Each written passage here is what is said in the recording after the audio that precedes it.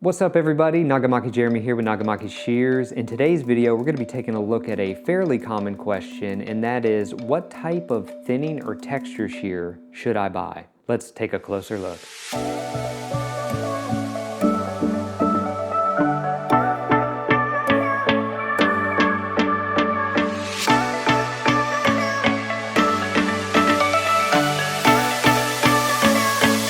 Now before we get started, all of the scissors and shears you see here in this video are available through our website at nagamakishears.com, fast and easy fulfillment, with more financing options than any other scissor company. Also make sure and sign up for our newsletter. This is the only place we give out discounts, so if there's ever a scissor or shear you have your eye on and you're looking for a discount, sign up for our newsletter. It's the only place that we give out our discount codes.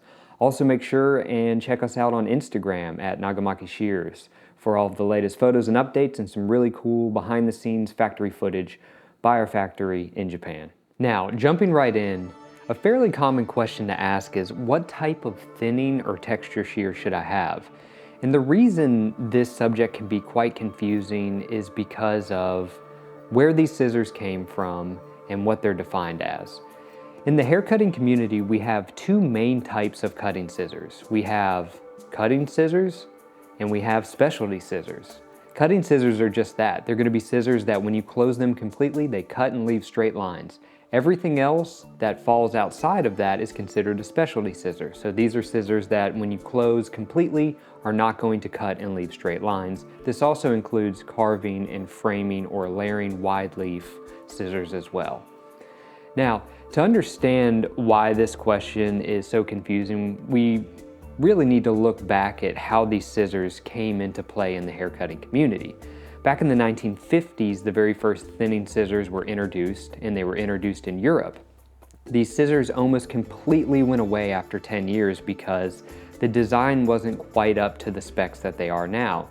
One of the main reasons for that is the very first thinner was designed to cut sections of hair, remove some of the hair and leave some of the hair behind, hence the name thinner. Because this was a European style scissor with a beveled edge, they were really known and got a bad reputation for hurting people, cutting and pulling and tearing hair. And this is why the thinner almost completely went away from haircutting for 10 years. Not until the emergence of the Japanese style scissor did they start to make a return back with the thinner or the chunker, also known now as the texture shear. And it's because of the great design and innovation that the Japanese style scissors have. They have the convex edge, they have the hollow grind, and they have that nice smooth ride line.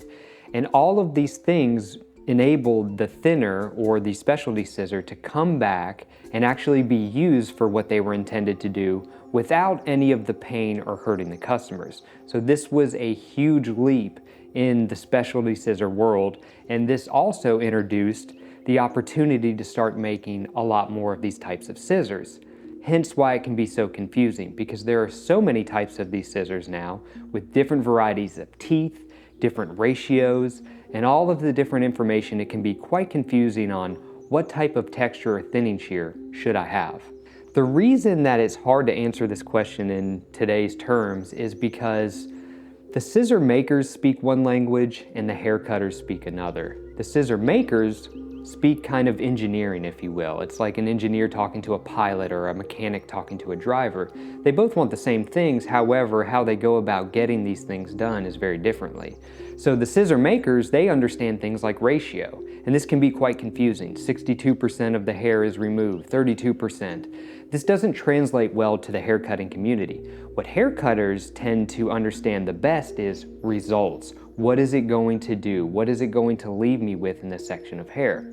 And so that's a really cool thing that we've done here at Nagamaki Shears, is we've kind of bridged the gap in between the best scissor maker and the best hair cutters with really getting the two languages to merge into our collections. And so we understand that hairstylists understand results.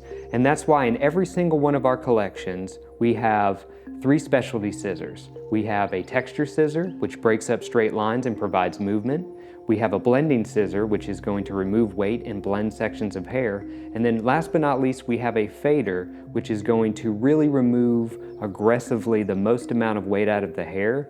And this is typically more for barbers in the taper and the nape area, and also doing fading techniques. So to recap, just remember, whenever you're buying a texture or thinning scissor, the most important thing for you to be looking for as a hairstylist is the results. And that's the really unique thing that we've done here at Nagamaki Shears. We've broken down all of our main categories with results in a language that you can understand. Whether it's our professional series made from 440C steel in South Korea, or our expert series made from VG10 steel in South Korea, or in our Japanese collection, our master series made from Hitachi ATS 314 steel, all the way to our zero friction collection, the Tezuguri collection made from nano powder steel. In all of our collections, it's very easy to understand as we break them down into texture, blending, and fading. That's the results you're looking for. Regardless of whatever your budget is or whatever collection or steel you're looking for, we have specialty shears that can fit anybody's budget, anybody's style, and it speaks a language that you will understand: texture, blending, and fading. Well, that's all we have for this video. Guys, if you like this video, please consider subscribing and hit that thumbs up button. It really does help us out a lot, and we will see you next month.